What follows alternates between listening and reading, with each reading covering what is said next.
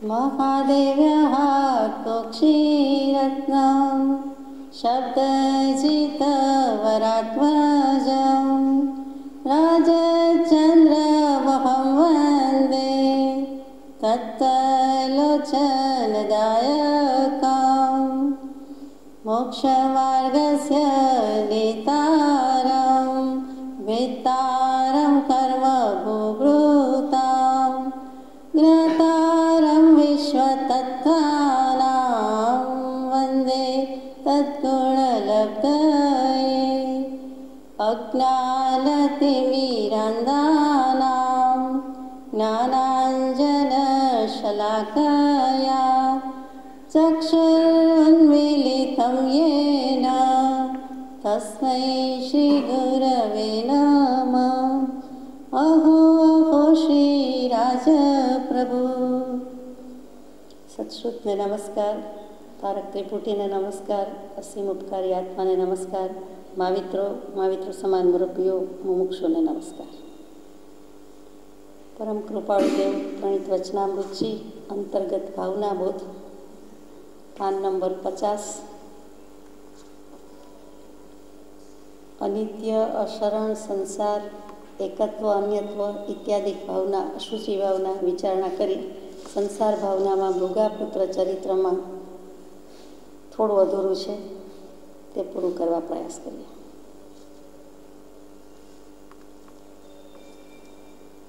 मृगापुत्र ने पूर्वभवनु ज्ञान थयुं छे अने संसार प्रत्ये अनहद वैराग्य आवी जाय छे त्यारे ने त्यारे मुनिनु स्वरूप निरखता थाय छे के अहो आ स्वरूप में क्यांक दीठुं छे, आ स्वरूप में जोयुं छे। पछी अत्यंत उभापो पछी एम लागे छे के अहो आ स्वरूप तो मारुं ज हतुं। पूर्वभवमां हुं मुनिपणुं अंगीकार करीने विचारतो हतो अने आवुं ज करवा योग्य छे। मैं नरकना दुख भोगव्या, तिर्यंजना भोगव्या, संसारनुं कयुं दुख नथी भोगव्युं अने कयुं सुख नथी भोगव्युं, तो मारे ए ज कर्तव्य छे एम कहीने माता पितानी आज्ञा लेवा जाय छे अने ते संवाद आगळ चाले छे। बंने वच्चेनो संवाद अद्भुत छे। माता पिता संसारी ज छे अने ए दीक्षानी सर्वसंग परित्यागनी हा कहेता नथी अने सामसामी चर्चा चाले छे ते आगळ जईए। हे पुत्र, तू चारित्र शुं करे छे? चारित्र जेवी दुखप्रद वस्तु बीजी कई छे? क्षुधाना परीक्षा सहन करवा, तृषाना सहन करवा, टाढना करवा, उष्ण तापना करवा, डांस मच्छर ना करवा, आक्रोश ना करवा, उपाश्रय ना करवा, तृणादिक स्पर्श ना करवा, मेल ना करवा। निश्चय मान के हे पुत्र एवं चारित्र तू केम पाड़ी शकीश? वधना परीक्षा, बंधना परीक्षा केवा विकट छे। भिक्षाचरी केवी दुर्लभ छे। याचना करवी केवी दुर्लभ छे। याचना करवा छतां न पमाय ए अलाभ परीक्षा केवो दुर्लभ छे। तो कायर पुरुषना हृदयने भेदी नाखनारू केशलोचन पण केवुं विकट छे। 22 परीक्षा मुनिने पीड़े, अगणित गृहस्थनी केड़े रे, एम परम पूज्य ब्रह्मचारीजी प्रज्ञाबोधमां लख्या। तो मुनिना 22 परीक्षा एमांथी एकी साथे कोईपण एक मुनिने के कोईपण एक व्यक्तिने वधुमां वधु 19 परीक्षा ज होई शके, 22 न होई शके। ठंडी न होय त्यारे गरमीनो न होय, गरमी न होय त्यारे ठंडीनो न होय। एवी रीते 2-3 द्वंद्व छे के जेथी करीने 19 थी वधारे होई शके नहीं। अहींया कहे छे के चारित्र एटले के दीक्षा संयम लेवो छे ए कया करे छे पण ए शोभतुं नथी, ए घणुं दुर्लभ छे, ताराथी थई शके एवुं नथी। एमां शरूआत करी छे क्षुधा भूख, तृषा तरस, टाढ ठंडी, उष्णता एटले गरमी अने डांस मच्छर जाणीए छीए एक नानामां नानुं जंतु करडे नहीं पण स्पर्शे टच थई होय, माथा पर पड़े, कपड़ा पर पड़े, कदाच टच थयो य न होय तो पण एम थाय के हो ध्यानथी चलित, केम के बुद्धि ध्यानमां होय ज नहीं, स्थिरता आवी ज न होय। एने अनंतकाळथी अस्वस्थता होवाथी स्थिरता आवी ज नथी, एटले क्यांथी एवुं थाय? त्यार पछी आक्रोशना परीक्षा मुनिपणुं लेता लेवाई जाय अने पछी कोई पण गुस्सो करे करावे निमित्तमां थाय तो पोताने जे आक्रोश थई जाय, गुस्सो थई जाय, कड़वा वचन बोलवानुं आवे तो के ए परीक्षा छे ए जय होवो जोईए, ए क्षमता होवी जोईए, धीरज होवी जोईए तो थाय। तो तू एवो आक्रोश कोईनो सहन करी शकीश? अपमान करे, अवगणना करे, उपेक्षा करे, चालता चालता पाटू मारता जाए, एवी रीते हाथ हलावता जाए, माथे मूकता जाए, एवुं गमे ते करे तो कोई पण न बोले तो पण जो आवा आक्रोशना परीक्षा आवे तो तू केम सहन करी शकीश? અને ખરેખર એ અવગણનાનો અને પરિણામે થતો આક્રોશ મનથી કે વચનથી તે સહન કરવો દુર્લભ છે. ઘણું સહન થાય પણ આક્રોશ સહન કરવો વધારે વિકટ છે. ઉપાશ્રયના પરિસર સહન કરવા, ગમે ત્યારે પૂછ્યા વિના આજ્ઞા વિના જવાય નહીં, અને ગયા પછી પણ કે અહીંયા તો વધુમાં વધુ 3 જ દિવસ રહેવાય કે 8 જ દિવસ રહેવાય, અથવા તો કાલે ખાલી કરી નાખો. કોઈ સારા શબ્દોમાં કહે, પણ સવિનય કે અવિનય, અથવા અહીંયા તો બીજા ગ્રુપને જ રહેવાની છૂટ છે, આ ગ્રુપના માટે આ વસ્તુ આ આવાસ નથી, એવું બધું ધર્મના માર્ગમાં પણ થતું હોય છે. તો એ ઉપાશ્રયના પરિસર ઓછા નથી. એ સ્થાનકમાં ગયા પછીના પરિસર તો જુદા છે. જીવજંતુના ડાંસ, મચ્છરના કે લાકડાની પાટ નથી કે સડી ગઈ છે કે ઉદય આવી છે કે વગેરે કેટલું બધું હોય, અને તેમ છતાં એ પરિસર સહન કરવા તારું કામ નથી. અહીંયા કેટલીક વખતે શાસ્ત્રોમાં વસ્તી શબ્દ મૂકે છે, તે વસતી, વસદી, વસહી કે ઉપાશ્રય એ બધું એક જ, જેમાં વાસ થઈ શકે છે. મુનિ ભગવાન જેમાં વસે છે, વાસ કરે છે, તે વસદી કે વસહી. સાઉથમાં શ્રવણ બેલગોલા પાસેના મંદિરમાં ઘણી જગ્યાએ લખ્યું હોય કે વિમલ વસહી, એવી રીતે કોઈને કોઈ રીતે શબ્દ હોય અને પછી વસહી લખ્યું હોય, તે વસહી, વસદી કે વસ્તી એટલે જ ઉપાશ્રય. તૃણાદિક સ્પર્શના પરિસર સહન કરવા, આમ તો ઘાસ પર સૂવાનું હોય જ નહીં, પણ સૂકું ઘાસ યાને ખડ, તણખલું, તૃણ, તો એ દિગંબર મુનિચર્યામાં કેટલીક વખતે આપણા જેવા શ્રાવકો શ્રાવિકાને એમ થાય કે આ મુનિ ભગવાન તો કંઈ લેતા નથી, વસ્ત્ર જ જેનું સર્વસ્વ હોવું જોઈએ એની બદલે વસ્ત્ર વિનાના છે, દિશાને જ વસ્ત્ર માને છે એવા દિગંબર, તો એ મુનિ શું કરશે? તો કડકડતી ઠંડીમાં કેટલીક વખત ઘાસની પથારી જેવું હોય, ઘાસ નહીં કહેવાય, ખડ જ, તૃણ જ હોય, એકદમ સૂકું હોય, અને એના ઉપર જેમ માલ કે ગાય ભેંસ વગેરે રહેતા હોય છે, પાથરતા હોય છે, તો એના ઉપર કોઈક વખત સૂઈ જાય તો એની અણી એ સહન કરવી વિકટ છે. એના કરતાં એમનેમ સારા એવું થાય. પણ ઠંડીના પરિસરમાં તો તૃણના પરિસર પણ સહન કરવાના છે. વિહારમાં હાલતા ચાલતા ખેતરમાંથી કે કોઈક એવી જગ્યામાંથી જવાનું હોય તો ત્યાં પણ આવું આવે તો એ પણ સહન કરવા તારા માટે વિકટ છે.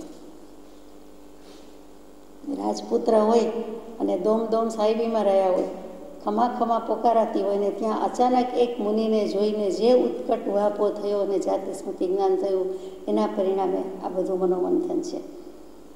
તો એવું ચારિત્ર તું કેમ પાડી શકીશ? વળી મેલના પરિસર સહન કરવા. કોઈ તો કહેશે કે આ તો કપડાં વ્હાઈટ છે પણ કેવા કધોણિયા થઈ ગયા છે, આ કોઈ ધોતું નહીં હોય ક્યારે ધોયા હશે, આ કેવા સ્વચ્છ નથી લાગતા, મલિન લાગે છે, અપવિત્ર લાગે છે, ગંદુ લાગે છે. કોઈ દિવસ જૈન મુનિ નાય નહીં, દીક્ષા લે પછી જીવનભર નાવાનું હોય જ નહીં, એક પણ વાર હોય નહીં, સાધુ હોય કે સાધ્વી જીવે, એટલે સ્પોન્જિંગ જ ચાલતું હોય ને એમાં કેટલુંક સાફ થાય એમ કરીને પણ ઘણાને દુગંજા અથવા તો તિરસ્કારની વૃત્તિ આવે, અરુચિની વૃત્તિ આવે. તો તને એ જોઈને પાછું વિકટ લાગશે કે હો બધા માનપાન આપતા હતા, એની બદલે એક વસ્ત્ર જોઈને વેશ ઉપરથી લોકો આવું બધું બોલે છે, વિચારે છે, તો એ પરિસર કેમ સહન કરીશ? અને પછી વધના બંધના પરિસર કેવા વિકટ છે. કોઈક જગ્યાએ જંગલમાં વિચરતા હોય, ખબર ન પડે આ મુનિ છે કોણ છે, આવી રીતે નીકળે છે, તો પછી એને કોઈ બાંધી પણ દે. ભીલ કે આદિવાસી આજે પણ ક્યારેક એવું કરી નાખે છે, વંશીને વાયલા એવું સંભળાતું જ હોય છે. અને એમાં પણ દિગંબર મુનિ હોય તો એમની નગ્નતા ઉપરથી કે બાહ્યવેશ ઉપરથી એને જ પરિસર વગેરે આપે છે, ઉપસર્ગ કરે છે. કોઈક વખત એ જમાનો રાજાશાહીનો હતો તો રાજા પણ તરત જ બાંધે, ફરમાન આવી જાય અને પછી તરત જ હુકમ આવે અને બધા બાંધીને લઈ જાય. સજા જે હોય તે, આદેશ જે થાય તે, વાતચીત બધી પછી સાંભળે, પણ એક વખત તો એને બાંધીને લઈ જાય. કેટલીક વખત તો કોઈ આક્ષેપ કે આરોપ મૂક્યો હોય તો એ આરોપ વશાત એને સજા પણ કરી દે છે, ત્યાં સુધીની વાત છે. તો આ તું કેવી રીતે સહન કરીશ? ભિક્ષાચરી કેવી દુર્લભ છે, બહુ મોટી વાત છે. કંઈ માગ્યું ન હોય જેણે તેને પાત્ર લઈને માગવા જવું કે આહાર માટે એક જાતની યાચના કરવી, એ કેટલું વિકટ છે એ જે કરે તેને સમજાય. કે તે વખતે બધા મુનિ છે, સાધુ સાધ્વી છે એટલે માનપાન આપશે જ એવું જરાય જરૂર નથી, અને સૂઝતો હાર વરાવશે જ એવું પણ જરૂરી નથી. તો જ્યાં જાય ત્યાં બધા માનપાન આપે એવું નથી, એટલે ત્યાં અવગણના, ઉપેક્ષાનો, અપમાનનો ઘણો બધો વિકટ પરિસર છે અને સહન કરવો પડે છે. વળી કેવી રીતે કરવાની હોય તો કે 42, 46, 96 અને આમ જુઓ તો 106 દોષ રહિત, આહારના દોષ રહિત ભિક્ષાચરી લેવાની છે, ગોચરી લેવાની છે. તો એવી દોષ વિનાની તો મળવી જ મુશ્કેલ છે, ભૂખ્યા રહેવાનો જ વારો આવે, તો એ પણ સહન કરવું દુર્લભ છે.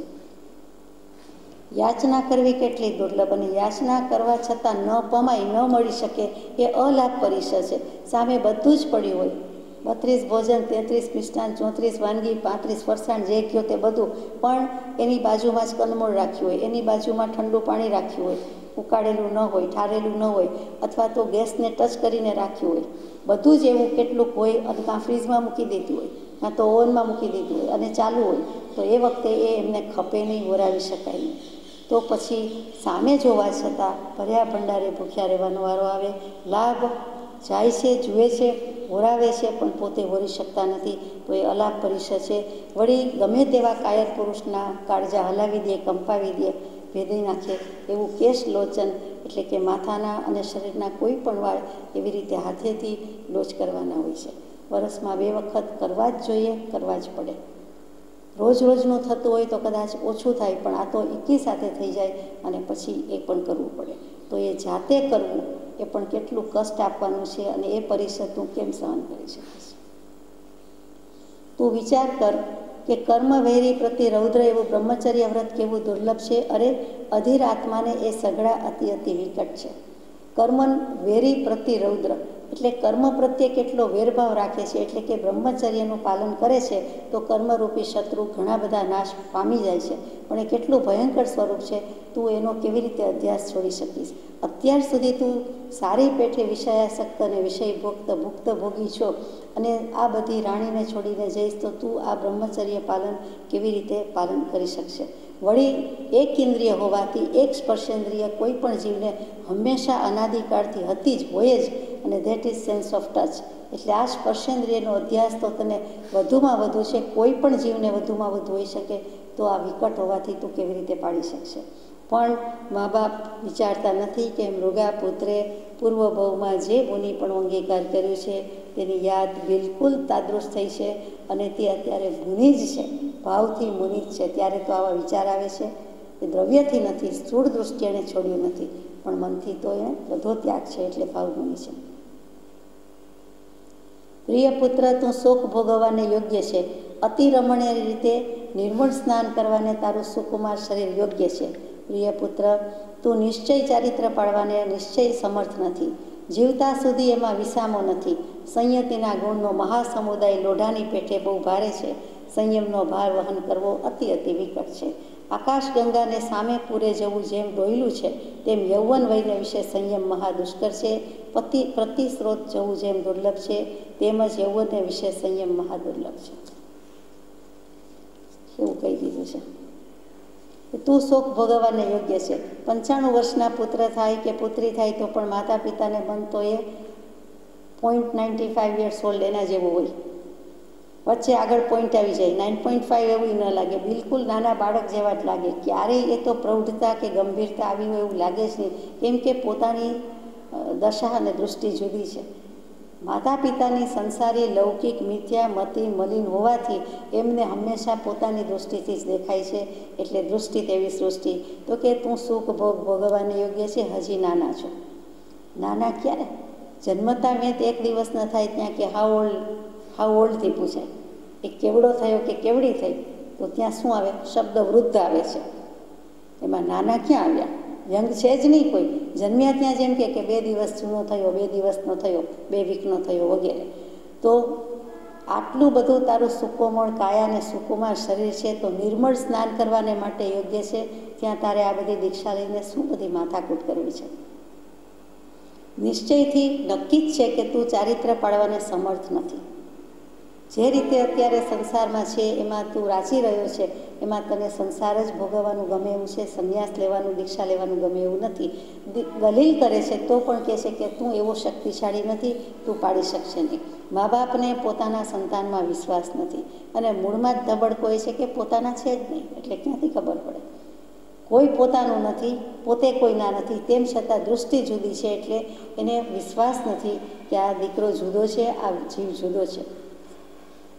જીવતા સુધી એમાં વિસામો નથી, ક્યાંય આરામ કરવાનો, વિશ્રાંતિ લેવાનું આવતું જ નથી.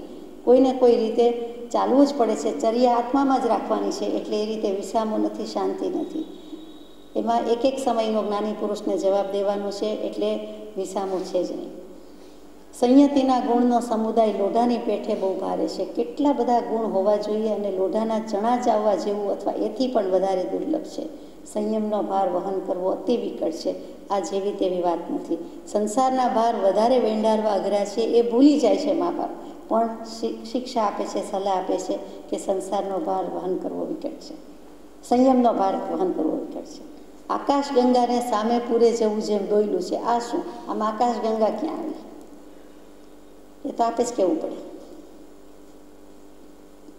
આકાશ ગંગા શું આપણે કોઈ વાર જોઈ છે? ગેલેક્સી, પણ એ તો એનો પર્યાય શબ્દ ઇંગ્લિશમાં વર્ડ થયો. એટલે શું આપણે જોઈ છે આકાશ ગંગા? આપણે ક્યાંય પણ નિર્જન અવસ્થા હોય અને ક્યાંક ઊભા હોઈએ, સામે ખુલ્લું મેદાન હોય, જેટલી દૃષ્ટિ થાય તેટલી વિશાળ અનંત આકાશ, અને આપણે આવડો ચોક જોઈએ છે તો એ વિશાળતા ભાસે છે એ કેટલું મોટું લાગે છે, આટલી દૃષ્ટિ આપણી, પણ નજર નાખતા છેક સુધી પહોંચે જ નહીં. ઉપર આકાશ અને નીચે રહેલી પૃથ્વી, સામે રહેલી પૃથ્વી, બંને જ્યાં ટચ થઈ જતા હોય, અડી જતા હોય, એવું લાગે કે હવે આથી આગળ કાંઈ આરો વારો કાંઈ કિનારો આવી ગયો, કંઈ હોઈ જ ન શકે, બિયોન્ડ ધેટ કાંઈ છે જ નહીં, એવું જ્યારે ભાવ થાય છે. અને એ તો આપણે જોયું છે, એવું કોઈક વખત તો જિંદગીમાં જોયું છે ને, કે જેટલી દૃષ્ટિ દોડાવો, ગમે તેવા લેન્સ પહેરો, ચશ્મા પહેરો, અને જેટલું જોઈ શકતા હોય તેટલું, તો આકાશ અને સામે ધરતી કે પૃથ્વી બિલકુલ ટચ થઈ જતા હોય એવું લાગે, એટલે કે આગળ કાંઈ જ ન દેખાય. તો એને આપણે આકાશગંગા નથી કહેતા? ન કહેવાય?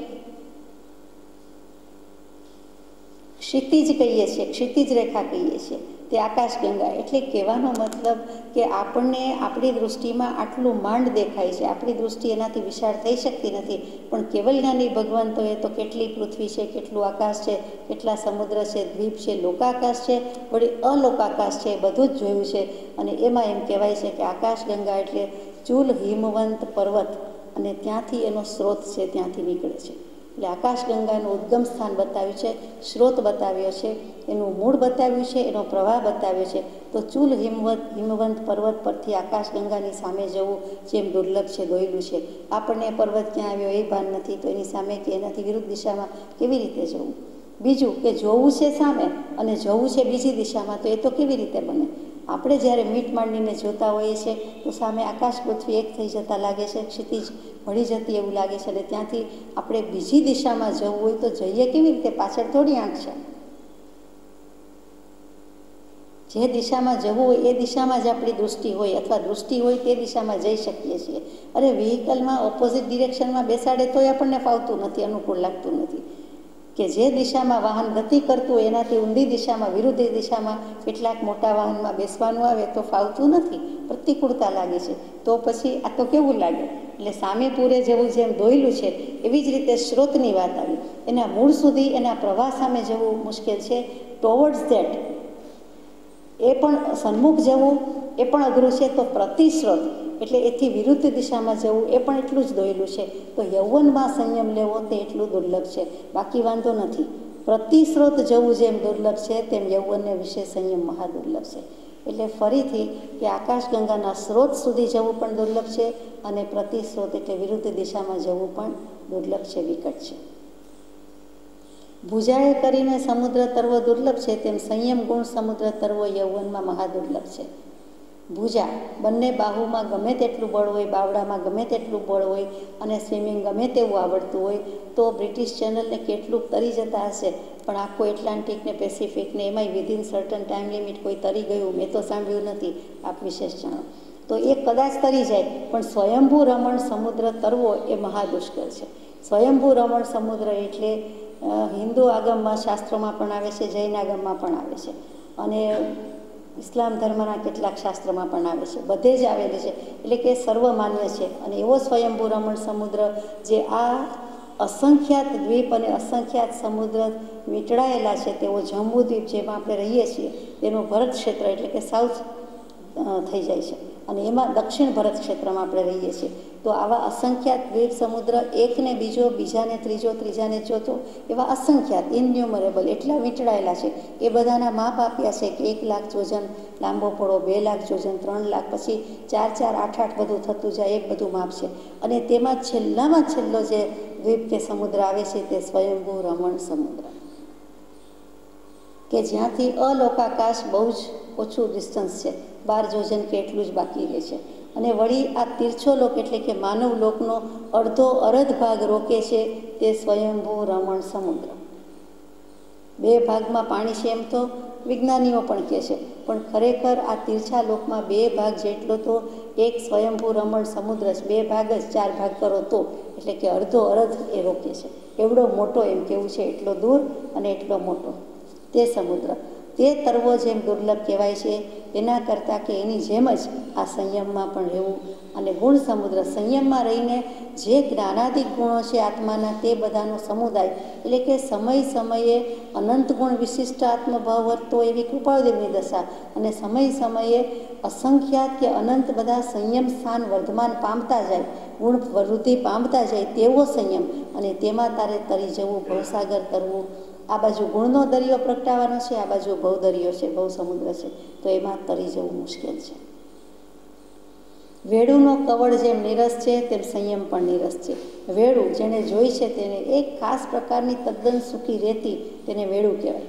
અને એનો કોળિયો કવળ એ જેમ નીરસ છે કે રેતી કહેતા જ નીરસ હોય, એની કણી પણ નીરસ હોય, એમાં કોઈ રસ ન હોય, તો પછી એવી સ્પેશિયલ રેતીનો એવો કોળિયો એ તો નીરસ જ હોય, એમાં રસ હોય જ નહીં. તો સંયમ પણ નીરસ છે. અને કેમ એનું મન થાય છે? ખડગધારા પર ચાલવું જેમ વિકટ છે તેમ તપ આચરવું મહાવિકટ છે. તલવારની ધાર પર ચાલવું જેટલું વિકટ છે એટલું જ તપશ્ચરણ કરવું વિકટ છે. જેમ સર્પ એકાંત દૃષ્ટિથી ચાલે છે તેમ ચારિત્રમાં ઇરિયા સમિતિ માટે એકાંતિક ચાલવું મહાદુર્લભ છે. જેણે સાપને ચાલતો જોયો છે એને ખ્યાલ છે. મોટે ભાગે તો સાપને ચાલતો જોવે જ નહીં, કેમ કે સાપ આવ્યો એટલે પોતાની દૃષ્ટિ જ બીજી દિશામાં જતા રહે, અને કાં તો કોઈને બોલાવવા જાય કે આને પકડવાનો છે કે શું કરવાનું છે, એ બીજા પ્રયાસમાં પડી જાય. આપણે તો એવા નથી, બીજાની વાત છે, આપણે એને પકડાવીએ, મારી નાખીએ એવો વિચાર જ આવે નહીં, સવાલ નથી, પકડવા સુધી જ ન જઈએ. એ પણ જીવ છે, એને પણ ક્યાંક ગતિ પ્રગતિ કરવાની હોય તો બહાર નીકળે અને પાછા ક્યાંય જતા રહેશે, અલોપ થઈ જશે, અદૃશ્ય થઈ જશે, એનું ઘર શોધી લેશે. આપણે કાંઈ પ્રયાસ કરવા જેવો નથી. કોઈ વાર કોઈ દેવદેવી સાપ થઈને પરીક્ષા કરવા આવ્યા હોય તો આપણે એમ માનવું કે આ બીવે છે કે નહીં, ડરે છે કે નહીં, ભક્તિ વાંચન તો બહુ મોટી મોટી વાત કરે, અથવા તો સારી સારી આત્મસિદ્ધિને બધા દોરાને ગાય છે, પણ બીક લાગે છે કે નહીં.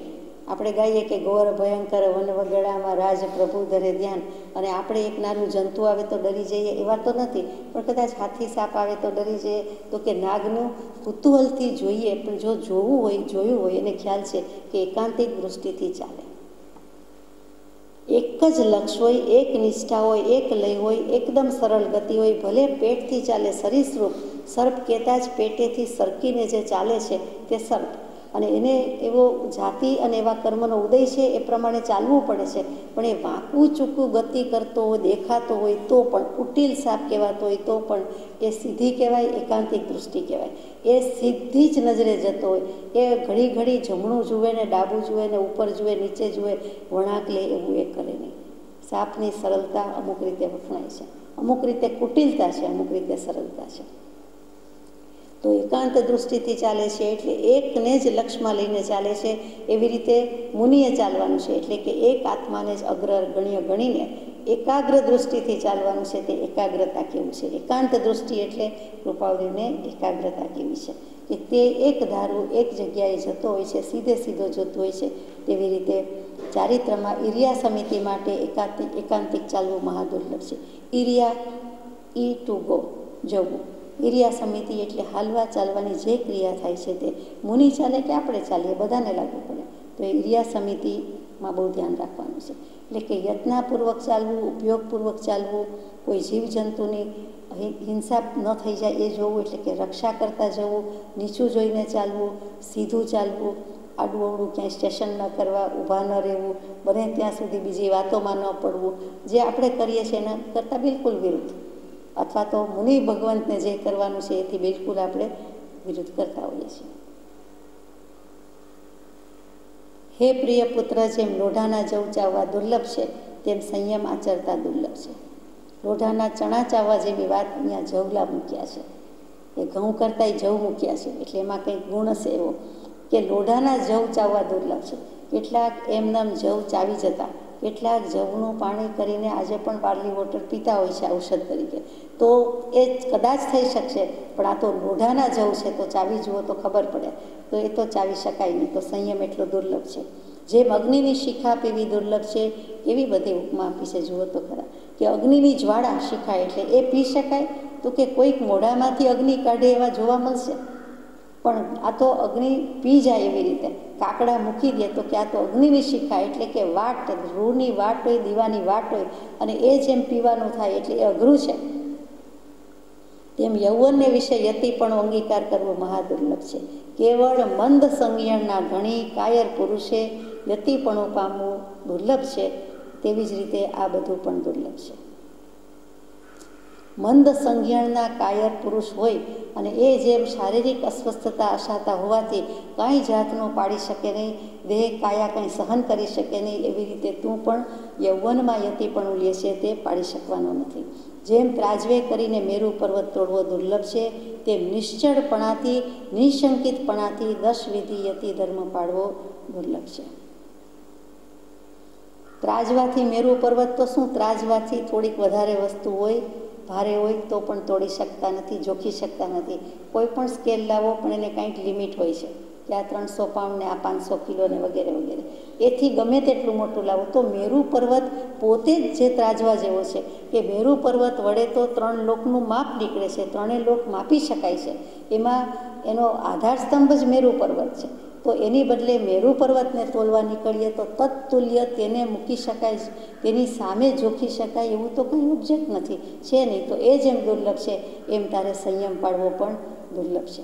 અને એવો વળી નિશ્ચળપણાથી, સ્થિરપણાથી, નિશ્ચય નહીં નિશ્ચલ, ચલિત પરિણામ ન થાય તે, એટલે કે અસ્થિરતા ન થાય, ચલિતતા ન થાય, એટલે સ્થિર પરિણામથી, સ્થિર ઉપયોગથી, નિશંકતાથી, ડાઉટલેસનેસ, શંકા જ નહીં કોઈ જાતનો અને ભય પણ નહીં, એવી રીતે તું આ 10 પ્રકારે ધર્મ પાળવો પણ મુશ્કેલ છે. 10 વિધિ ધર્મ એટલે શું, તો કે ઉત્તમ ક્ષમા, માર્દવ, આર્જવ, સત્ય, શૌચ, સંયમ, તપ, ત્યાગ, અકિંચન્ય અને બ્રહ્મચર્ય. આ 10 વિધ બ્રહ્મચર્ય, 10 વિધ યતિ ધર્મ પાળવો દુર્લભ છે. વળી છેલ્લે આવ્યું કે ભુજાએ કરી સ્વયંભૂ રમણ સમુદ્ર તરવો દુષ્કર છે, તેમ જે નથી ઉપશમવન તેને ઉપશમ રૂપી સમુદ્ર તરવો દોયલો છે. સ્વયંભૂ રમણ સમુદ્ર તો કદાચ કોઈ તરી દે, એ બાવડાનું બળ કે ભુજાનું બળ, છતાં મુશ્કેલ છે પણ કરી શકે.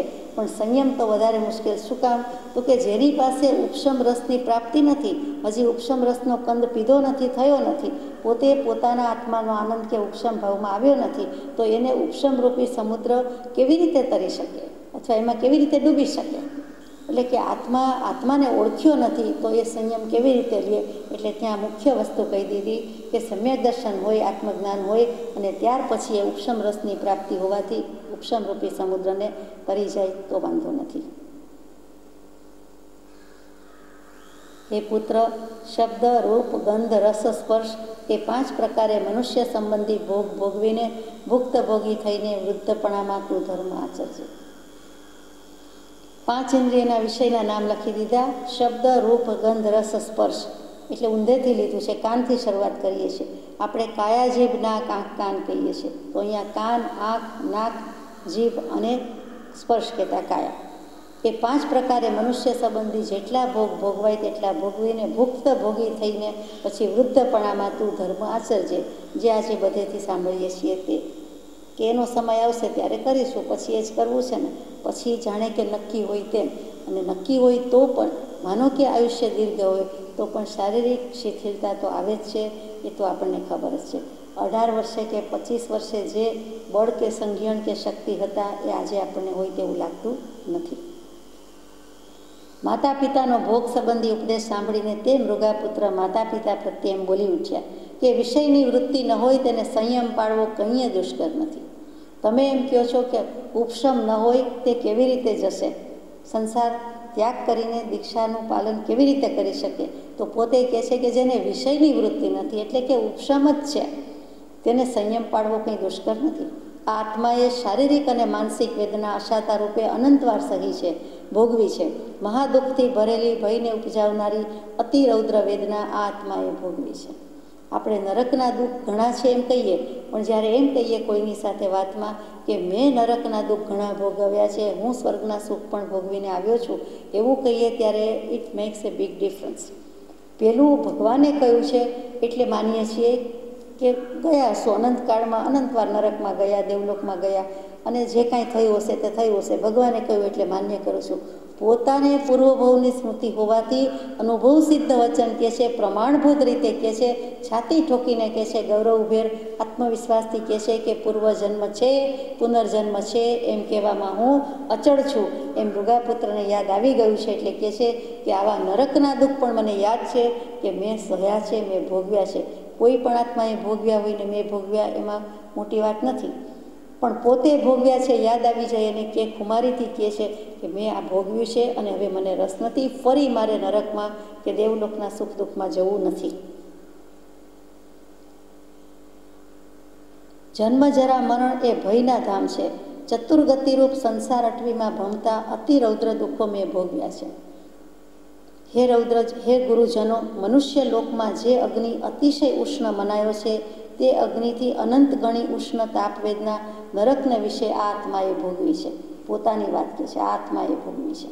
મનુષ્ય લોકમાં જે ટાઢ અતિ શીતળ મનાય છે એ ટાઢથી અનંત ગણી ટાઢ નરકને વિશે અશાતાએ આ આત્માએ ભોગવી છે. જીવને થોડુંક ટેમ્પરેચર ડાઉન જાય ત્યાં તો ઠંડી થાય, ટાઢવાય છે એક નાની સી વાતમાં, અને એને નિવારવાના કેટલાય સાધન પોતાની પાસે હોવા છતાં, અને એમાં કાંઈ ફેરફાર કરી શકવા પોતે સમર્થ નથી, તો પણ હિમ પડ્યું ને ઠાર છે, અને એની વાતો કરે. પછી હવામાનની અને ઋતુની વાત તો સૌથી વધારે થાય, એમાં પરદેશમાં તો સૌથી વધારે થાય, યુએસએમાં સૌથી વધારે થાય, યુકેમાં સૌથી વધારે થાય. બહારના વેધર પ્રમાણે તો પાછા પોતે સજી ધજીને નીકળવાનું હોય, એટલે કદાચ જરૂરી હશે. અને અહીંયા પણ જરૂરી ન હોય તો પણ બધાને એમ થાય કે એની વાત કરીએ. બધા જ અનુભવે છે, બધા જ જાણે છે, પણ વાતનો વિષય શું તો કે બહુ ઠંડી છે, બહુ ગરમી છે, વગેરે વગેરે. તો દુઃખની વાત છે કે નરકમાં 7 નરક, એમાં કોઈક નરકમાં એકલું ભૂખનું દુઃખ, કોકમાં તરસનું દુઃખ, કોકમાં ઠંડીનું દુઃખ, કોકમાં ગરમીનું દુઃખ, કોકમાં અંધકારનું દુઃખ, અત્યંત ગાઢ અંધકાર કે અંધકારનું દુઃખ લાગે. આપણને એમ લાગે કે દુઃખ ન હોય, પણ દુઃખ છે, દુઃખ લાગે છે. લોહમય ભાજન, તેને વિશે ઊંચા પગ બાંધી નીચું મસ્તક કરીને દેવતાએ વૈક્રિય કરેલ ધુઆ ફુઆ બળતા અગ્નિમાં આક્રંદ કરતા આત્માએ અત્યુગ્ર દુઃખ ભોગવ્યા છે. આ બધા જ દુઃખ નરકના છે અને ભોગવ્યા છે. ધુઆ ફુઆ કરતો અગ્નિ અને બળતો અગ્નિ અને એમાં આક્રંદ કરતા જીવો, અને એ પણ ભોગવ્યા છે. મહાદવના અગ્નિ જેવા મરુદેશમાં જેવી વેળું છે તે વેળું જેવી વજ્રમય વેળું કદંબ નામે નદીની વેળું છે. નરકનું નામ આવ્યું અને નરકમાં રહેલી નદીનું નામ આવ્યું કે કદંબ નામે નદીની વેળું છે, અને વજ્રમય એકદમ જ દુઃખ છે. મહાભયંકર દાવાનળ હોય એવો અગ્નિ, અને એની સામે મરુદેશ રાજસ્થાન મરુભૂમિ, એમાં જે રેતી છે તેટલી બધી ગરમ રેતી, અને તેવી ઉષ્ણ વેળુને વિશે પણ મારા આત્માએ અનંતવાર જીવ બાળ્યો છે. હું એમાં બળીને આવ્યો છું.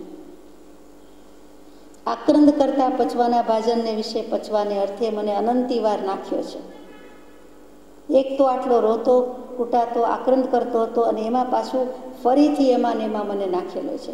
એટલે કે નારક અને દેવોનું વૈક્રિય શરીર હોય છે કે નાના નાના કટકા થઈ શકે, નાના મોટા થઈ શકે, પોતે રૂપ વિખુરવી શકે, અને પોતાને દુઃખ દેનાર જે કોઈ દાનવો એટલે કે હલકી કોટીના દેવો છે એ પણ કટકા કરે છે, સળગાવે છે, ભૂંજે છે, શેકે છે. જેમ આપણે વનસ્પતિને બધું કરીએ છીએ, શાક અનાજ વગેરે કઠોળ વગેરેની આપણે જે દશા કરીએ છીએ, વઘાર કરીએ છીએ, બાર્બેક્યુ થતું હશે, બાળી નાખતા હશે, વધારે બળી ગયેલું ભાવે, આ જે બધી દશા કરીએ છીએ એ જ દશા આપણી પણ થાય છે.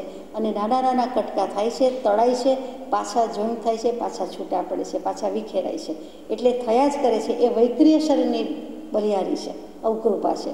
આપણને એ શરીર નથી અત્યારે, એટલે થઈ શકતું નથી. ત્યાં તો કટકા થાય, દુઃખ આપી દે, વેદના ભોગવે, પાછું હજુ પૂરું થયું નથી ત્યાં પાછું નાના કટકા, પાછા મોટા કટકા, એમ થયા જ કરે જાદુના ખેલની જેમ. પણ નાનું મોટું થયા કરે, અને દેવો દાનવો જે છે હલકી કોટીના સુર કે દેવો તે દુઃખ આપ્યા કરે છે. જાતે પણ કરે છે અને પૂર્વભવનું જ્ઞાન પણ હોય છે, બર્થરાઇટ છે, અવધિ જ્ઞાન છે દેવો નારકોને. એટલે તરત થાય કે આ ભવમાં, આ પૃથ્વીલોકમાં, મનુષ્ય ભવમાં, છેલ્લા ભવમાં આણે મને આટલું હેરાન કર્યો, આણે દુઃખી કર્યો અથવા આણે સુખી કર્યું. એમાં દુઃખની વાત વધારે થાય એટલે દ્વેષ બુદ્ધિ આવે અને એ અસૂયા, ઈર્ષા, દ્વેષ બુદ્ધિથી વધુને વધુ પાછું વેર બાંધે છે, વધુને વધુ દુઃખ આપે છે. ત્યાં ક્ષમતા કેવી? જો આ દેહે આ ભવે ક્ષમતાનો ગુણ ન હોય, ધીરજનો ગુણ ન હોય, તો ક્યાં આપણા માટે ત્યાં હોય? બને જ નહીં. નરકમાં મહારૌદ્ર પરમાધામીઓએ મને મારા કડવા વિપાકને માટે અનંતિવાર ઊંચા વૃક્ષની શાખાએ બાંધ્યો હતો. મોટામાં મોટું ઝાડ અને એવું ઝાડ કે વજ્રની ખીલી હોય, ડાળી હોય, એટલે કે કાંટાને ખીલાને ખીલીને એવું જ હોય અને એમાં બધેથી બધું ભોંકાતું વાગતું હોય. એમાં પણ મને મહાભયંકર રૌદ્ર પરમાધામી દેવ એટલે જ પરમ અધમ. બોલી જઈએ કે પરમાધામી, પણ પરમ અધમ છે, અત્યંત અધમ, હલકી કોટીના છે, એની વૃત્તિ જ નીચ છે અને એ બીજાને દુઃખ આપવા માટે જ છે, માર ખાવા ખવડાવવા માટે જ રાખેલા છે, હોય છે. અને તે પણ કહેવાય કે દેવ થયા, પણ દેવગતિમાં જઈને આવા દુઃખ પણ આપણે આપ્યા છે અને આવા દુઃખ સહન પણ કર્યા છે. બધા દેવો સારા જ હોય છે એવું નથી. એટલે એ દેવો એ જ દાનવ કહીએ છીએ, વાણવ્યંતર દેવ કહીએ છીએ.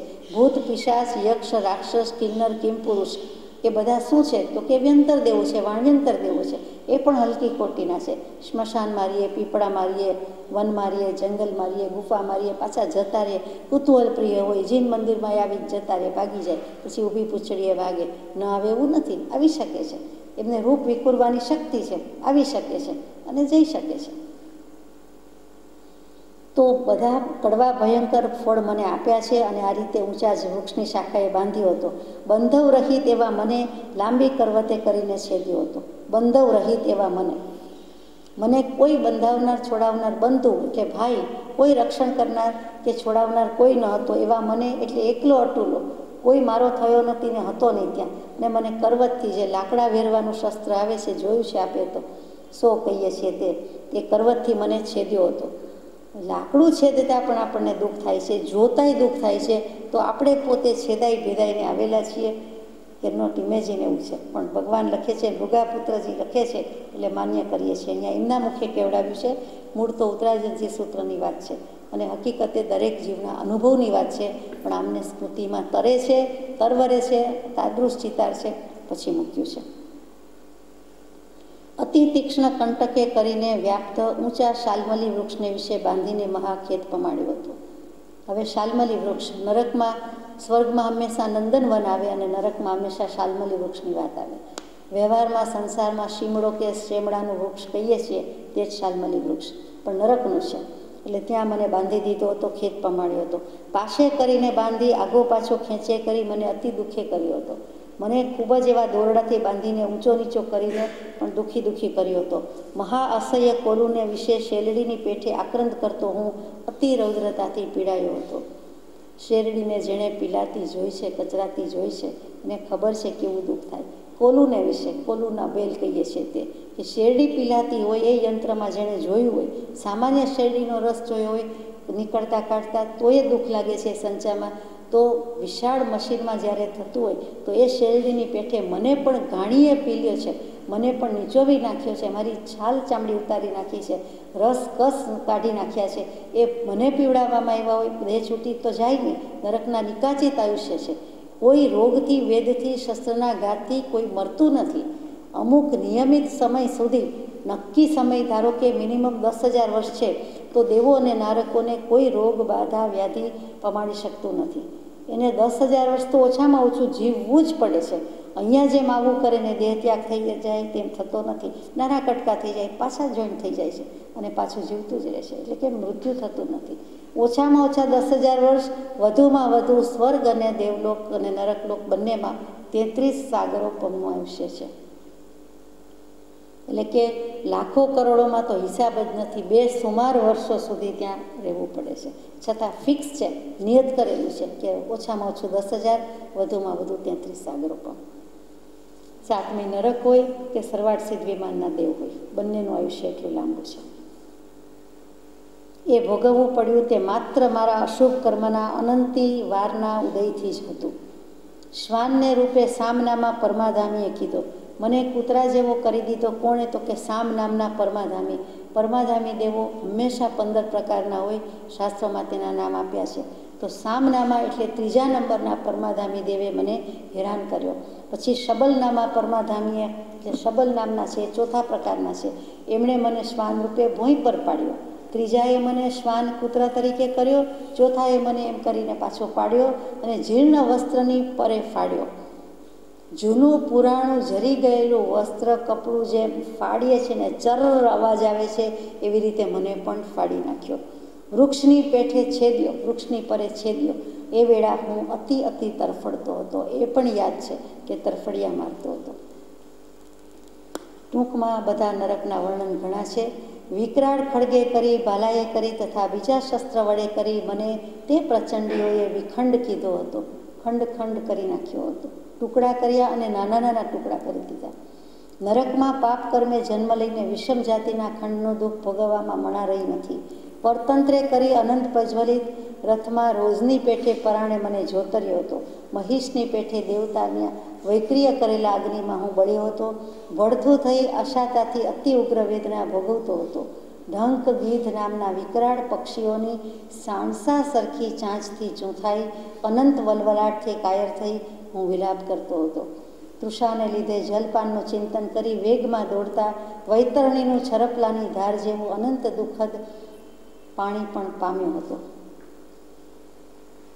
મહિષ, નર ભેંસ એટલે આપણે કહીએ પાડો, તે પણ મને કર્યો હતો. અને પાછા દેવોએ નાનકડો રથ બનાવ્યો હતો અને બળબડતો ગરમા ગરમ, અને એ અગ્નિમાં પણ હું બળ્યો હતો અને ભડથું થઈ ગયો હતો. અને આટલી વેદના ભોગવવામાં ઢંક અને ગીધ નામના પક્ષી, એટલે ઢંક એટલે એક જાતનો મોટો કાગડો જ કહેવાય, છતાં સમજવા માટે મોટો કાગડો કહીએ, બાકી તો એનું નામ જે છે તે જ છે. એ ઢંક જાતિનો જુદું જ પક્ષી આવે છે, જેણે જોયું હોય તેને ખબર હોય. અને ભયંકર દુર્ગંધ પણ એમાંથી નીકળતી હોય છે અને ભયંકર કાગડો અવાજ કરે, કર્કશ જ લાગે છે. કા સાંભળવું ગમતું નથી. તો એથી કર્કશમાં કર્કશતા જેટલી હોય એવા ભયંકર અવાજવાળા અને આવા વિકરાળ કે એની સાણસા જેવી ચાંચમાં પણ હું જોથાઈ ગયો અને વિલાપ કરતો હતો. ટૂંકમાં બધા દુઃખની જ વાત આવે છે. જલપાનનું ચિંતન કરી વેગમાં દોડતા વૈતરણીનું છરપલાની ધાર જેવું અનંત દુઃખદ પાણી પામ્યું હતું. છરપલા, છરાની ધાર જેવું પાણી, અને એ પીવું પડે. જેના પાંદડા તીવ્ર ખડગની ધાર જેવા છે, મહાતાપથી જે તપી રહ્યા છે, તે 80 પત્ર વન હું પામ્યો હતો. દેવલોકની વાત આવે તો નંદનવન, નરકની વાત આવે તો 80 પત્ર વન. 80 કહેતા તલવાર, પત્ર કહેતા પાંદડું. એટલે કે અણી ખૂંચે એમ નહીં, પણ એક પાંદડું મારા ઉપર પડી જ જાય. પાંદડાની વરસાદ થતી હોય ત્યાં જ રહેવાનું કે ત્યાં જ પસાર થવાનું થાય.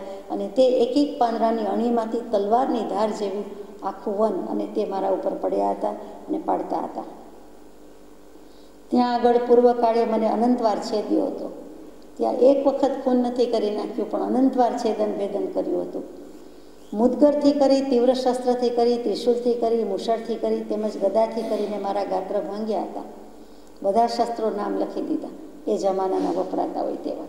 આપ તો જાણો છો, મુદગર જોયું છે? કોઈ જોયું હશે? શંકરાચાર્યજી એક સ્તોત્ર લખ્યું છે, વૈરાગ્ય સભર છે, મુદગર સ્તોત્ર. તે અહીંયા મુદગરની વાત છે કે લાકડાની ગદા કહીએ તો ખોટું નહીં.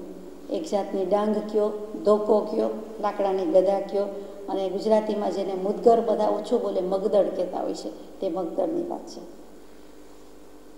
પછી ત્રિશુલ, એ તો શિવજીનું શસ્ત્ર, 3 ફણા હોય જેને તે, અને લોખંડની જ હોય, એ જાણો છો. પછી મુશળ, મુશળ એટલે શું? સાંભેલું, નાનું સાંભેલું. દસ્તો કહીએ તોય ચાલે, નાનું સાંભેલું એટલે દસ્તોય ચાલે. અને ગદા, ગદામાં શું હોય તો એ તો જોઈ છે, ભીમજીની ગદા એટલે બધાને ખબર છે કે નાનો નીચે ગોળ ગઠ્ઠો હોય અને હંમેશા લોખંડ લોઢાનું જ હોય તે ગદા. અને વળી બાકી હતું તો છરપલાની તીક્ષ્ણ ધારે કરી, પાળીએ કરી, કાતરણીએ કરીને કાપ્યો હતો. નાના ટુકડાઈ કર્યા છે અને કાતરથી જે રીતે કપાય એ રીતે પણ મને કાપ્યું છે. કેવું યાદ આવ્યું છે ને કેવું વર્ણન કર્યું છે. મારા ખંડોખંડ કટકા કર્યા હતા. મને તીરછો છેદ્યો હતો અને ચરર કરતી મારી ત્વચા ઉતારી હતી. કપડું ફાટે ને જે અવાજ આવે એ ચરર જ હોય, બીજું કાંઈ નહીં. એવી રીતે આખી ખાલ કે ચામડી ઉતારી નાખી હતી. એમ હું અનંત દુઃખ પામ્યો હતો. એ દુઃખ પામ્યું હોય અને યાદ હોય કે નહીં, પણ વાંચતા વિચારતા કોઈ ફ્રૂટ સમારતા, કોઈ શાકભાજીને કરતા, કોઈ પણ હોય, પછી ગમે તેવું ભાવતું અણભાવતું હોય, શાક હોય કે ફળ હોય, એની છાલ ઉતારતા હંમેશા વિચાર આવે કે આવો હું પણ છેદાયો છું, ભેદાયો છું.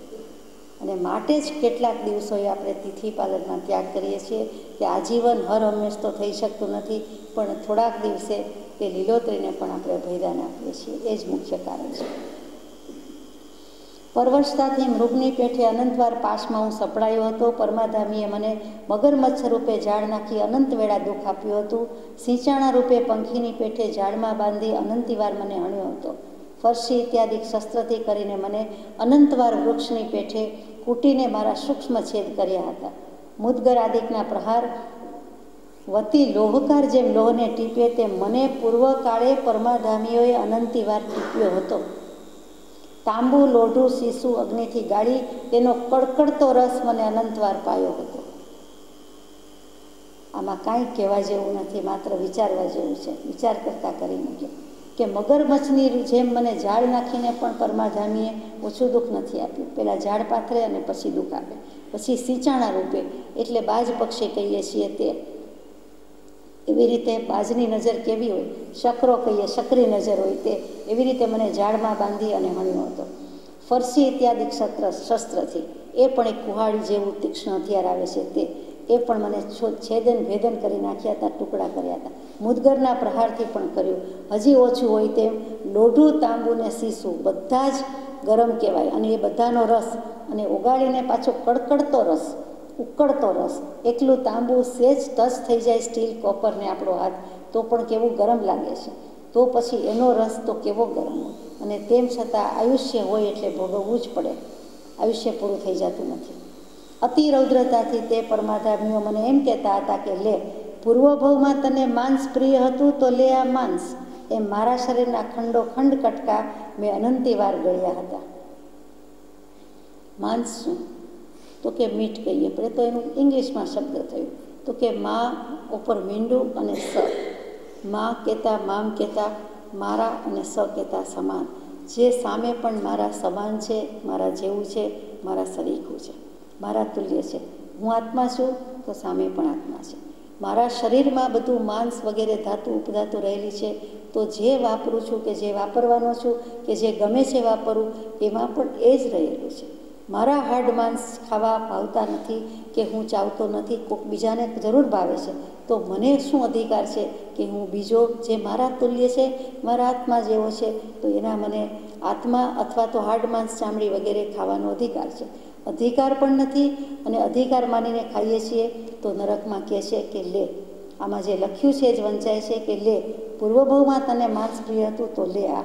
એ મારા શરીરના ખંડે ખંડ કટકા મને પોતાને જ મારા શરીરના કટકે કટકા ખવડાવ્યા હતા, ગળી જવા પડ્યા હતા. મદ્યની વલ્લભતા માટે પણ એથી કંઈ ઓછું દુઃખ પડ્યું નહોતું. મદ્ય, સુરા, દારૂ વગેરે જે શબ્દ કહેતા હો તે, લીકર, એની વલ્લભતા એ આ ભવમાં, મનુષ્ય ભવમાં, કોઈ ભવમાં પ્રિય લાગ્યું, વાલું માન્યું, એટલે પ્રેમથી પીધું, ઘણું પીધું, બીજાને પીવડાવ્યું, પણ મને એના પરિણામમાં અહીંયા ઓછું દુઃખ નથી આપ્યું. દગધગતો રસ એમને નથી પીવડાવતો. એ માંસ અને એનો પણ પાછો રસો કહીએ, રસ, એ મને પણ ગરમા ગરમ પીવડાવવામાં આવ્યો. ક્યાં? તો કે નરકમાં. એમ મેં મહાભયથી, મહાત્રાસથી અને મહાદુઃખથી કંપાયમાન કાયાએ કરી અનંત વેદના ભોગવી હતી. જે સહન કરતાં અતિ તીવ્ર, રૌદ્ર અને ઉત્કૃષ્ટ કાળ સ્થિતિની વેદના સાંભળતા પણ અતિ ભયંકર અનંતવાર તે નરકમાં મેં ભોગવી હતી. જેવી વેદના મનુષ્ય લોકમાં છે તેવી દેખાતી, પણ તેથી અનંત ગણી અધિક અશાતા વેદનીય નરકને વિશે રહી હતી. સર્વ ભવને વિશે અશાતા વેદની મેં ભોગવી છે. એક મનુષ્ય ભવમાં હસતા રમતા એન્જોય કરવાના ભાવથી જે કર્મ બંધાઈ જાય છે તે છોડતા કેમેય પાર આવતો નથી. એને છોડવા ઘણા વિકટ લાગે છે, વશમાં લાગે છે, ફરી તેમાં અર્થ ધ્યાન, રુદ્ર ધ્યાન થઈ જાય છે. એટલે એ તો કરવા જેવું જ નથી. આ ભોગવ્યું છે. શાસ્ત્ર કરતાં જ્ઞાની પુરુષો કહે છે એમ નહીં. મૃગાપુત્ર એ કરાર કરે છે કે મેં પૂર્વભવમાં આ બધું કર્યું છે અને ભૂનિપણું લીધું છે, એટલે છેલ્લું પરિણામ જ કહેવું એમ નહીં. આ નિખાલસ પુરુષો છે, આ સહૃદયી પુરુષો છે. એને બોધ આપવો છે કે અમે જે વીતી એ તમને ન વીતે. વ્યવહારમાં એમ કે મુજ વીતી તુજ વીતશે ધીરી ખમો બાપુડિયા. આ કહે છે ધીરું ખમવું નથી, તમે સમજો, અમારામાંથી સદબોધ લ્યો. પછી પરમ કૃપાળુદેવ હોય કે મૃગાપત્રના મુખે કીધેલું હોય તે હોય. પણ ભગવાન મહાવીરનો બોધ કે કૃપાળુદેવનો બોધ કે અહિંસાના ભેગધારીનો બોધ આ જ છે કે પૂર્ણ અહિંસા આચરનારા નમન તપસ્વી મહાવીરને. કે હિંસા કરવા જેવી જ નથી તો સ્થૂળ પણ કરવા જેવી નથી, સૂક્ષ્મ પણ કરવા જેવી નથી. જેમાં સૂક્ષ્મ અહિંસાનું પાલન હોય એ સ્થૂળ તો બતાવે છે. લીલોતરીના ત્યાગની વાત હોય, શાકાહારમાં ત્યાગ હોય, લાકડું ફાડતા વિદારતા જે દુઃખ લાગતું હોય કે અત્યારે લાકડું જળશે, આ વનસ્પતિ છે, આ ઝાડ હતું, આ થડ હતું, અત્યારે મને લાકડું જળ ફર્નિચર રૂપે દેખાય છે કે જોઉં છું, પણ છે તો વનસ્પતિ ગાયનો જીવ, એના જ શબ્દ છે. એમાં શું મોહ થાય? આવું ફર્નિચર તેવું ફર્નિચર. અને એને વિદારે એટલે ફાડે એટલે તો કે કર્મ પણ એમ ફાડવા જોઈએ. જે કર્મ બાંધવામાં સુરા હતા એ ધર્મ બાંધવામાં શુરવીર થયા છે. ગમે સુરા તે ગમે સુરા એણે બાંધ્યા છે એવા, અને પછી એક ભાવમાં એવા છોડી પણ દે છે. તો એ શુરવીરતાનું ભાન કરાવવું છે કે પૂર્વે ભોગવ્યું છે, ચોક્કસ ભોગવ્યું છે. એમણે છેલ્લું જ કહી દીધું હોય કે હું તો બહુ સારો શાણો અને મુનિ હતો, એમ નથી કીધું. એમણે જે દુઃખ ભોગવ્યા છે તે પણ મૂક્યા છે. એ પ્રમાણે મેષાનો મેષ માત્ર પણ ત્યાં શાતા નથી. આંખ પલકારો મારે બ્લિંક થાય, એક પલકારો નિમેષ પલકારો એટલી પણ શાતા નથી. જ્યારે ક્યારે શાતા થાય છે તો કે તીર્થંકર દેવનો જન્મ થાય છે ત્યારે નારકના જીવોને પણ એક પળાર્ધ માટે, ક્ષણાર્ધ માટે, એક સમય માટે ત્યાં શાતા ઉપજે છે, સુખ થાય છે. અને એમાં કોઈક જીવને પૂર્વભવનું જ્ઞાન થાય તો બૂજી જાય છે કે હો, અનંતકાળથી ક્યારનોય દુઃખ ભોગવું છું, પણ આ શાતા છે નહીં થઈ, મને સુખ શું લાગ્યું? અને એમાં ઝબકારો થઈ જાય કે અહો, તીર્થંકર દેવ કોઈ જન્મ્યા, પ્રભુ જન્મ્યા, કંઈક થયું, ક્યાંક કંઈક સારી વાત બની કે મને આ શાતા સુખ લાગ્યું. અને એમાં પૂર્વભવનું કેટલુંક તો અવધિજ્ઞાન છે જ, અને એને કારણે બૂજી પણ જાય છે. તો કે એ તીર્થંકર દેવના જન્મ વગેરે કલ્યાણકની સમય માત્રની શાતાથી એમ થઈ જાય કે ઝબકારા માત્રમાં એ મોતી પરોવી લે છે. તો કોક જીવને તે પળ, તે સમય સમ્યક દર્શનનું નિમિત્ત થાય છે. માટે તીર્થંકરના કલ્યાણક કહેવાય છે કે સર્વ જગતનું કલ્યાણ કરે છે. ગર્ભ કલ્યાણક, જન્મ કલ્યાણક, જ્ઞાન કલ્યાણક, તપ કલ્યાણક, મોક્ષ નિર્વાણ કલ્યાણક. પણ એ બધાને, નરકના જીવોને પણ આ રીતે કલ્યાણ કરી શકે છે. એ પ્રમાણે મૃગાપુત્રે વૈરાગ્ય ભાવથી સંસાર પરિભ્રમણ દુઃખ કયા, એના ઉત્તરમાં તેના જનક જનેતા એમ બોલ્યા કે હે પુત્ર, જો તારી ઈચ્છા દીક્ષા લેવાની છે તો દીક્ષા ગ્રહણ કર, પણ ચારિત્રમાં રોગ ઉત્પત્તિ વેળા વૈદક કોણ કરશે? દુઃખ નિવૃત્તિ કોણ કરશે? એ વિના બહુ દોયલું છે. મૃગાપુત્રે કહ્યું એ ખરું, પણ તમે વિચારો કે અટવીમાં મૃગ તેમજ પંખી એકલું હોય છે, તેને રોગ ઉત્પન્ન થાય છે, ત્યારે તેનું વૈદું કોણ કરે છે? જેમ વનમાં મૃગ વિહાર કરે છે તેમ હું ચારિત્ર વનમાં વિહાર કરીશ, અને સપ્તદશ ભેદે શુદ્ધ સંયમનો અનુરાગી થઈશ. દ્વાદશ પ્રકૃતિ તપ આચરીશ, તેમજ મૃગચર્યાથી વિચરીશ. મૃગને વનમાં રોગનો ઉપદ્રવ થાય છે ત્યારે તેનું વૈદું કોણ કરે છે? સામો પ્રશ્ન છે. એમ પુનઃ કહી તે બોલ્યા કે કોણ તે મૃગને ઔષધ દે છે? કોણ તે મૃગને આનંદ, શાંતિ અને સુખ પૂછે છે?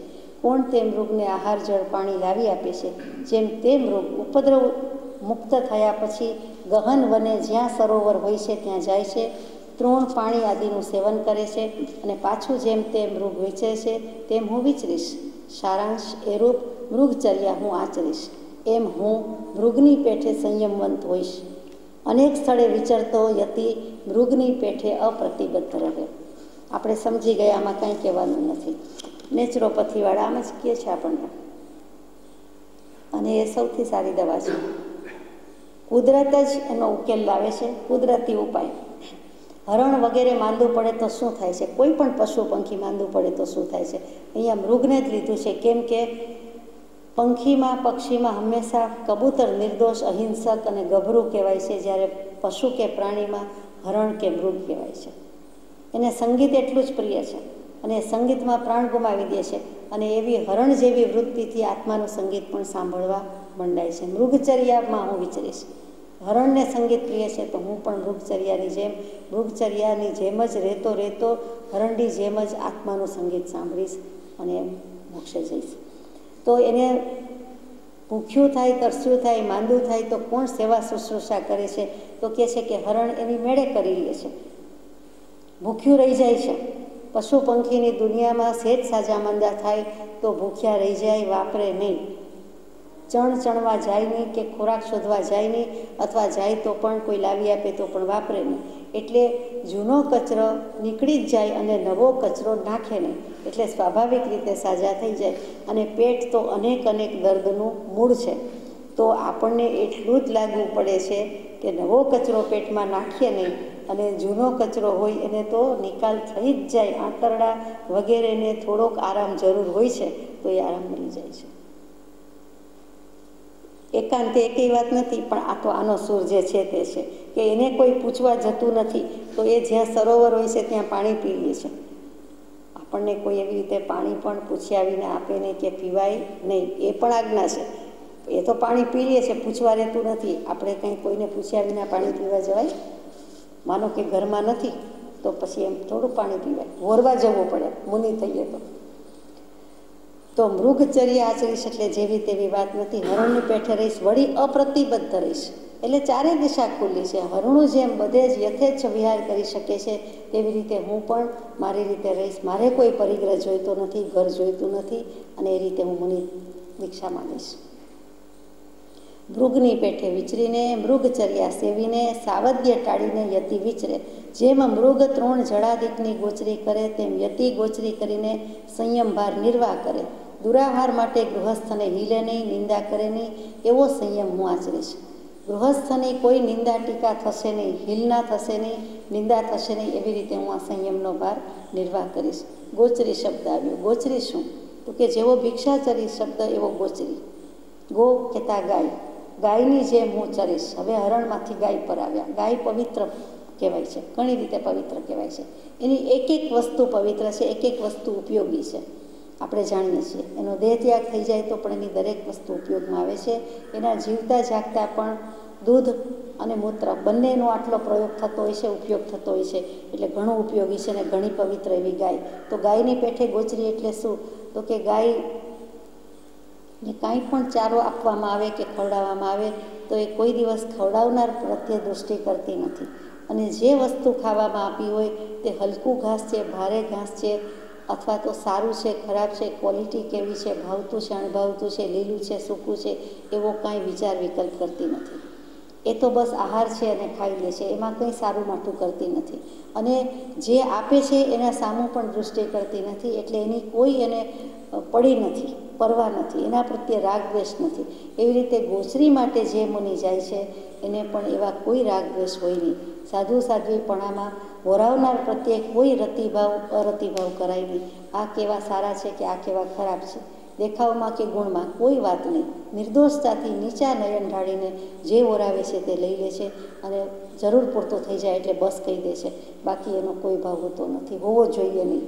એવી જ રીતે જે વસ્તુ છે તે ભાવતી છે, અણભાવતી છે, અથવા ઓછી છે, વધુ છે, એવું પણ એ કરતા નથી. સારી ખરાબ પણ કરતા નથી. ખરેખર કરવું ન જોઈએ એવી ઉત્તમ ચર્યાવાળા તો આપણને અત્યારે મળવા પણ દુર્લભ છે. એવો સંયમ હું આચરીશ. હવે જવાબ આવે છે, એવમ પુત્તા જહા સુખમ. હે પુત્ર, જેમ તને સુખ ઉપજે, સુખ થાય તેમ કરો. જહા જે પ્રમાણે, સુખમ જેમ સુખ ઉપજે તેમ કરો. આપણી ભાષામાં as you like, as you please, do vote ever you want to. ઘણી બધી દલીલબાજી કરી લઈએ, તર્ક લડાવી લઈએ, છેલ્લે હારીને કહી દઈએ કે જીતીને કહી દઈએ, ખબર નહીં.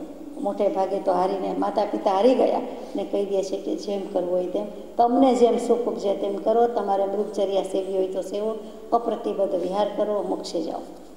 એમ માતા પિતાએ અનુજ્ઞા આપી. હવે આપણને આનંદ થયો, માતા પિતાએ રજા આપી દીધી. કે અનુજ્ઞા મળ્યા પછી મમત્વ ભાવ છેદીને જેમ મહાનાગ કંચુક ત્યાગી ચાલ્યો જાય છે, તેમ તે મૃગાપુત્ર સંસાર ત્યાગી સંયમ ધર્મમાં સાવધાન થયા. કંચન કામિની માતા પિતા જ્ઞાતિ અને સગા સંબંધીના પરિત્યાગી થયા. કંચન કામિની છોડી દીધા, મિત્ર પુત્ર છોડી દીધા, જ્ઞાતિજનો છોડી દીધા, સગા સંબંધી છોડી દીધા. ક્યાંય પત્ની શ્રી એમ નામ નથી આપ્યું. સગા સંબંધીમાં બધા આવી ગયા. માતા પિતાની અનુજ્ઞા લીધી, ધર્મપત્નીઓની તો આજ્ઞા લીધી જ નથી, પૂછ્યું જ નથી, પૂછવા રહ્યા જ નથી. એ વિનય હતો કે માતા પિતા આજ્ઞા આપે એમાં બધાની આજ્ઞા આવી જ ગઈ. માતા પિતા જેટલી ફાઇટ થાય એટલી કરી લે છે, જેટલી દલીલ કરવી હોય એટલી એમના પત્ની શ્રી રાજરાણી વતી પણ બધી કરી લે છે. એટલે માતા પિતા જે નક્કી કરે તે સહી એક વિનય હતો. ગુરુજનોનો વિનય, મુરબ્બી વર્ગનો વિનય. એ હા કે તો હા, એ બધાનું હિત વિચારીને જ કહે. એમણે સાંસારિક દૃષ્ટિથી જવાબ આપ્યા છે અને મૃગાપુત્રે સ્વીકાર કર્યા નથી, તો એમાં આવી ગયું. એ સામી દલીલ થતી નથી. વસ્ત્રને ધૂણી જેમ રસ કંખેરી નાખીએ તેમ તે સઘળા પ્રપંચ ત્યાગીને દીક્ષા લેવાને માટે નીકળી પડ્યો. વસ્ત્રને ધૂણી, ખરું લખે કૃપાળુદેવ. વસ્ત્રને હલબલાવી, ઝાપટી, ખંખેરીને જેમ રજ ખંખેરી નાખીએ છીએ, ધૂળ જતી રહે છે, જોરથી ઝાપટ મારીએ છીએ, તેમ તે સઘળો પ્રપંચ ત્યાગીને દીક્ષા લેવાને માટે નીકળી ગયા. સંસારને પૂંઠ આપી દીધી, સંસારને ઝાપટી નાખ્યો, સંસારની રજોગુણ, તમોગુણ અને સત્વગુણ એ બધું કાઢી નાખ્યું. કાંઈ ન જોઈએ, દીક્ષા લેવાને માટે નીકળી પડ્યા. ગુણાતીત દશા પ્રાપ્ત કરવા માંડ્યા. પવિત્ર પંચ મહાવ્રત યુક્ત થયા, પંચ સમિતિથી સુશોભિત થયા, ત્રિગુપ્તિ અનુગુપ્ત થયા. 5 મહાવ્રત કયા તો કે અહિંસા, સત્ય, અદત્તાદાન, બ્રહ્મચર્ય અને પરિગ્રહ પરિમાણ વ્રત. એ 5 મહાવ્રત. પંચ સમિતિ શું તો ઈર્યા સમિતિ, ભાષા સમિતિ, એષણા સમિતિ, આદાન નિક્ષેપણ સમિતિ અને પરિસ્થાપનિકા સમિતિ. અને પછી ત્રિગુપ્તિ એટલે મનોગુપ્તિ, વચનગુપ્તિ અને કાયગુપ્તિથી અનુગુપ્ત થયા. થોડું બાકી રહેશે, આપણે પછી લઈએ. બધા સાથે છેલ્લે ગાઈએ. આ સંસારે રે હું હજી ડૂબ્યો